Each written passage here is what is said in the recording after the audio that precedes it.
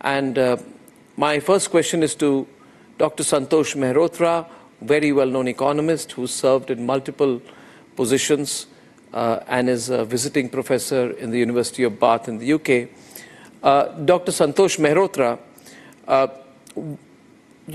we felt in Republic that instead of an ode, Dr. Manmohan Singh would have much preferred a fair assessment of his record, because sometimes when you only highlight the positives, you're unfair on the entire trajectory of the individual's career. So how do you view Manmohan Singh's record and his legacy? Mr. Goswami, you already have half a dozen people on your panel who will give you a fair assessment. I will give you an economist's assessment, if you don't mind. The facts speak for themselves. Never in the history of India did the economy grow at 8% per annum, never before, never since. In the last 10 years, the economy has grown at 5.8. Never in the history of India has the absolute number of poor been reduced.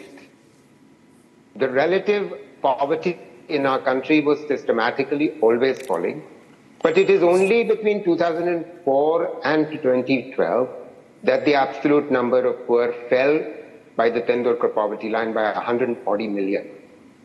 Never in the history of India before 2004 had the absolute number of workers in agriculture fallen, which is the foundational characteristic of a country which is undergoing structural change, which is what developing countries are supposed to do.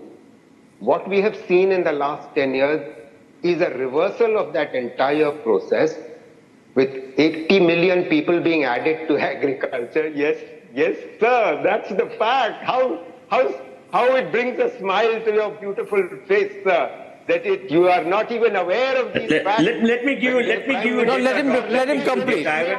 Mohan, I will come to you in a minute after he completes. I will assure you.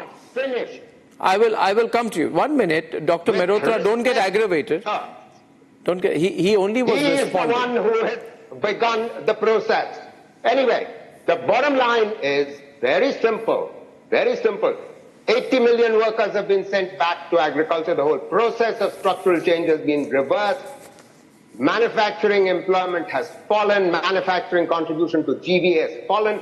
Manufacturing and exports, which had been growing at 15% per annum for 25 years, has come down. So don't even begin to compare. And so let's put the facts on the table. All right. If I may, 2 more sentences, if I might, because you went on and on about the corruption. Let's just remind ourselves that the corruption was, yes, it was present, but please don't try and tell me that this is not a very corrupt government.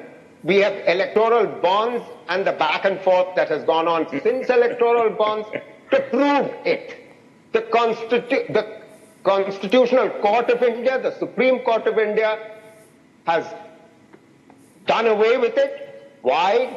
Calling it a violation of India's constitution. And all the Rafale scam and the various other scams that have gone on. So don't even begin to talk about